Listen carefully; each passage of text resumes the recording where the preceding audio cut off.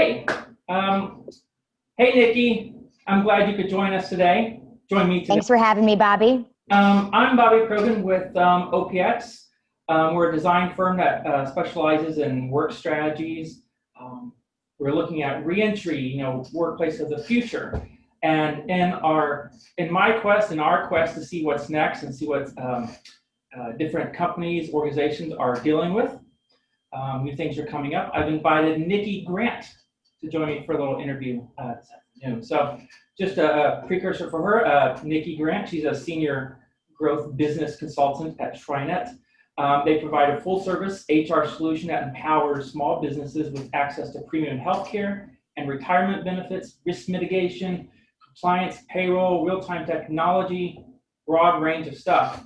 So that way the founders and executives of these companies can really focus on their people, growing their business, maintain compliancy with business operations. So Nikki here specializes in working with technology companies with a focus on cybersecurity, enterprise, SaaS, and government firms. So thank you, Nikki. That's quite a breadth of work that you do. I'm glad you could join me today. So thank you again for having me.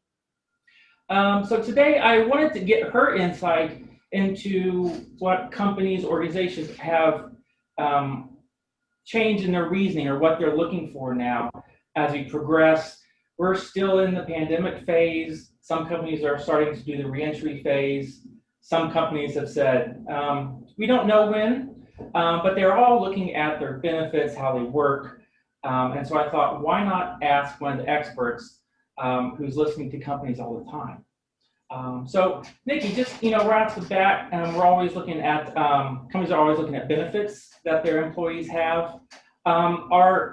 These can be health, working from home benefits, travel benefits, what have you, childcare. But what are employees coming to you now in regard to those existing benefits, and how are they asking to change, reduce them? What's going on with the benefit packages for most companies that you're getting insight from?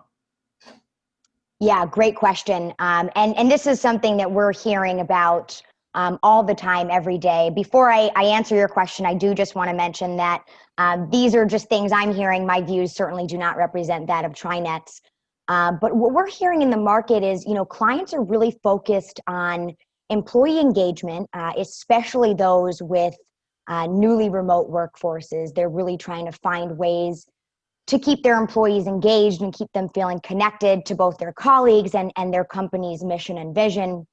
And they're also trying to find ways to invest in their people. So, resources that they may have allocated historically to things like, commuter benefits and things like, happy hours and lunches and snacks in the office, they're reallocating those dollars in ways that are more applicable to this new virtual workforce environment that most of us are still very much living in. So from a benefit standpoint, we're trying to help folks kind of explore, non-traditional benefit offerings.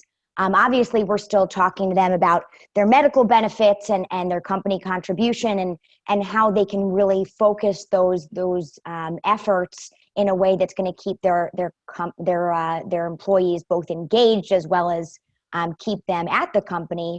But a lot of our clients, we're hearing, are focused now on how they can support their employees' well-being and mental health. So that's a new thing that we're hearing now. Right. I think all the new different studies or different articles come out how mental health is taking a hit right now, and as everyone's a little more isolated and needs to be everyone needs to reach out a little bit more. So I think that's a big one that you mentioned. You also mentioned something like student loan payback was possibly a new benefit that people are requesting about, right?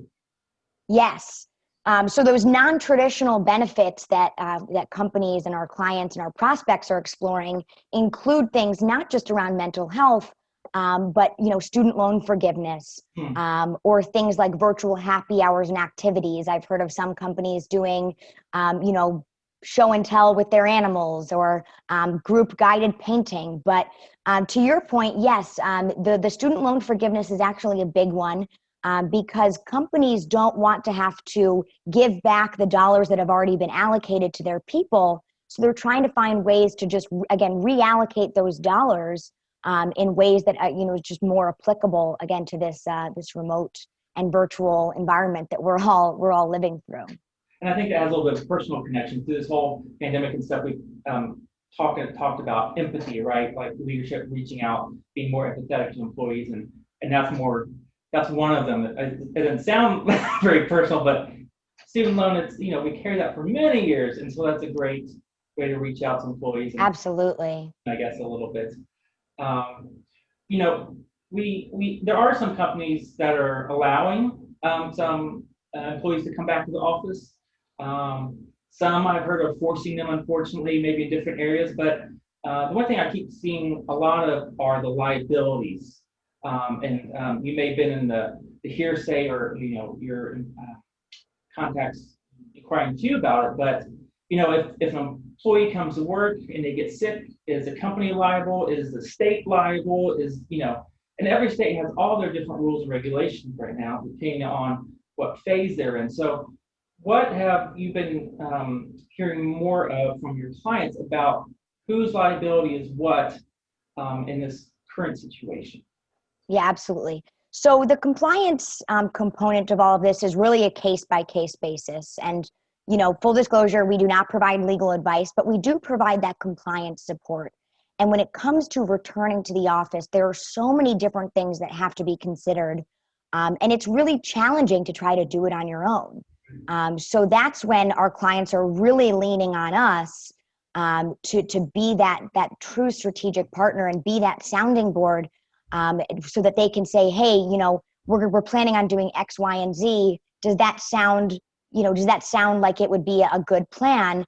But it's not just about fulfilling the bare minimum requirements. It's also making sure that your employees feel safe.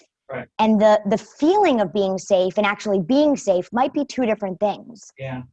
So we're really taking it on a case by case basis.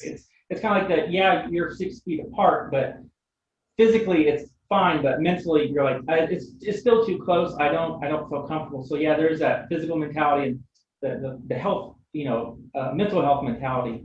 Right. The perception might be different than the reality. And right now, perception is actually even more critical. I mean, obviously, we want to make sure our clients are fully compliant with, not just federal regulations, but state and local regulations as well.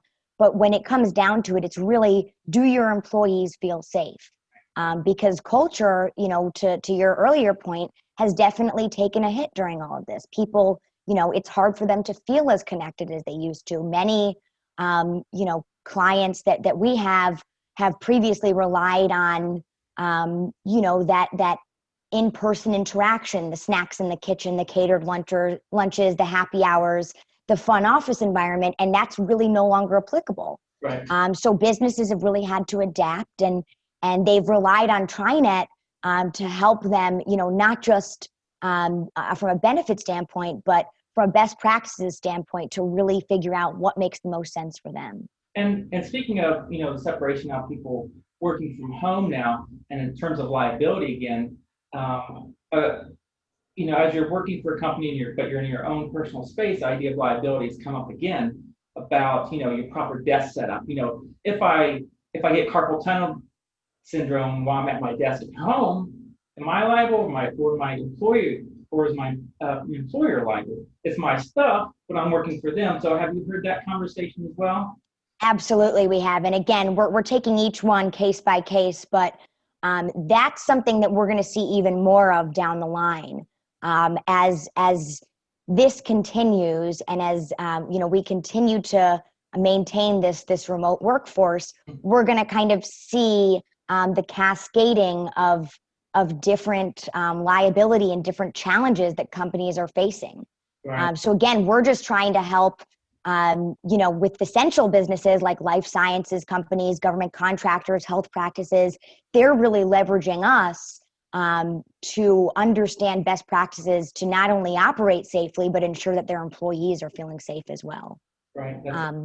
Both in the office as well as working at home. Right. From a personal standpoint, I used to conduct most of my business face to face. And so, I've really committed myself to finding virtual ways to build the same types of relationships, both with my prospects, my partners, my clients. And I'm sure you're finding the same thing. It's really changed the way we network. Right. Typically, I would host and sponsor events every month and attend events on a weekly basis. And kind of transitioning to the virtual world, I've had to find ways to develop my thought leadership content and make more impactful connections virtually. And it's challenging. But I have found, I don't know if you found the same thing, Bobby, but one of the silver linings, the greatest benefits to this virtual world we're living in is that, geography is no longer really a limitation. And so, we're able to connect with prospects and partners across the country, which is awesome. I know a company who sends us Zoom web links to tour Greece or tour, France. Oh, that's so cool. On stop. So that's been interesting. That's been kind of getting yourself out of your home office and taking little trips. But I want to, this has been great. I want to thank you for joining me and going over these two things about, liabilities and the virtual world of benefits changing and things like that. So, Nikki, again, I appreciate you. Nikki Grant with TriNet, great company. So I appreciate it. And I'll Thank you, Bobby. Thanks for having me. all right, bye-bye.